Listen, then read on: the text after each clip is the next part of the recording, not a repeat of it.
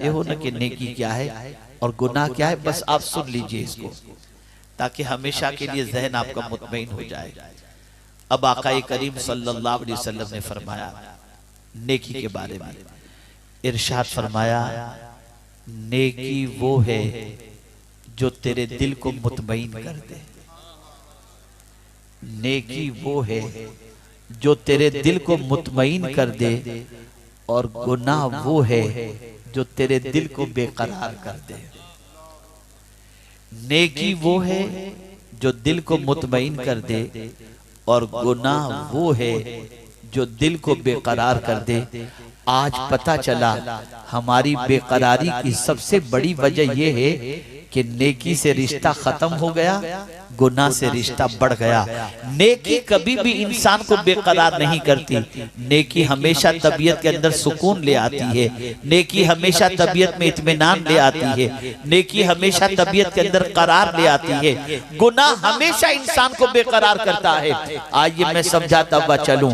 एक शख्स बुढ़ापे की दहलीज पर पहुंच चुका, अब उसका बच्चा अपने बाप के सामने जबान दराजी कर रहा है, बाप को गालियां दे रहा है, बाप को मार रहा है।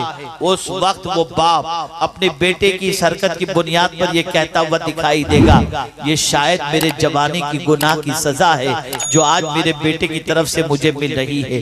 इंसान पर जब उफ्ताद आन पड़ती है तो इंसान अपने गुनाहों को याद करता है। मुसीबत आई, इंसान को गुनाह याद आए, परेशानी आई, इंसान को गुनाह याद आए। इसी तरीके से मेरे प्यारे आका सल्लल्लाहु अलैहि वसल्लम के प्यारे दीवानों, जब जब इंसान गुनाह करता है अल्लाह उसके दिल से सुकून छीन लेता है, उसके दिल से करार छीन लेता है, उसके दिल से इत्मीनान छीन लेता है। मेरे प्यारे आका सल्लल्लाहु अलैहि वसल्लम के प्यारे दीवानों, क्या वजह है कि आज मुआशरे के अंदर इंसान सुकून के लिए नींद की गोलियां खाता हुआ दिखाई देता है, तबीयत उसकी बेचैन नजर आ रही है। वजह सबसे बड़ी ये है कि उठता है तो गुनाह, बैठता है तो गुनाह, खाता है तो गुनाह, सोता है तो गुनाह, जिंदगी पूरी उसकी गुनाहों के दलदल में डूबती जा रही है। ऐ रसूल आज़म सल्लल्लाहु ताला अलैहि वसल्लम के दीवानों, याद रखो, नेकी से रिश्ता जोड़ो। क्या वजह है कि आज हमारी कौम की बच्चियों को मेकअप के इस्तेमाल की जरूरत पड़ रही है, लोगों को अच्छे फेस वॉश की जरूरत पड़ रही है, वरना चेहरा चमकता दमकता दिखाई नहीं देगा।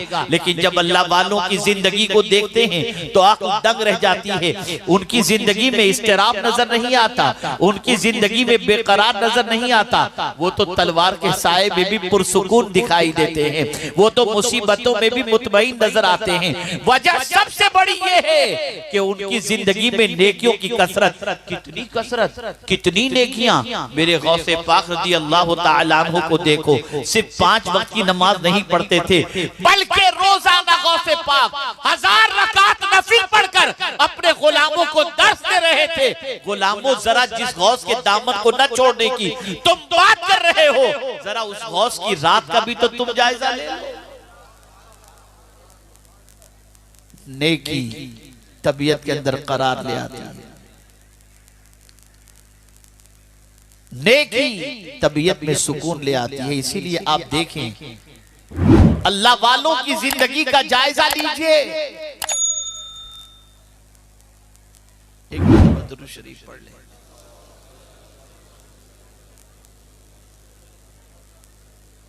अल्लाहुम्मा सल्ली अला सय्यिदिना व मौलाना मुहम्मदिन मादिनिल जूदि वल करम व आलिहि व अस्हाबिहि व बारिक व सल्लिम। मेरे लिए बड़ा मुश्किल होता है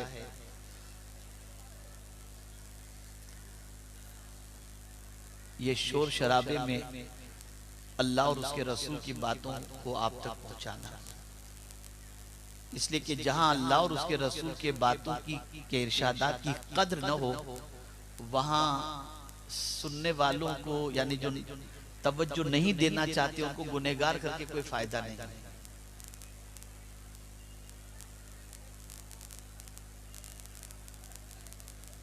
आप जानते हैं कुरान में अल्लाह अज़्ज़ा व जल्ल ने क्या फरमाया, या अय्युहल्लज़ीना आमनू ला तक़ूलू राइना वक़ूलू ज़ुरना वस्मऊ।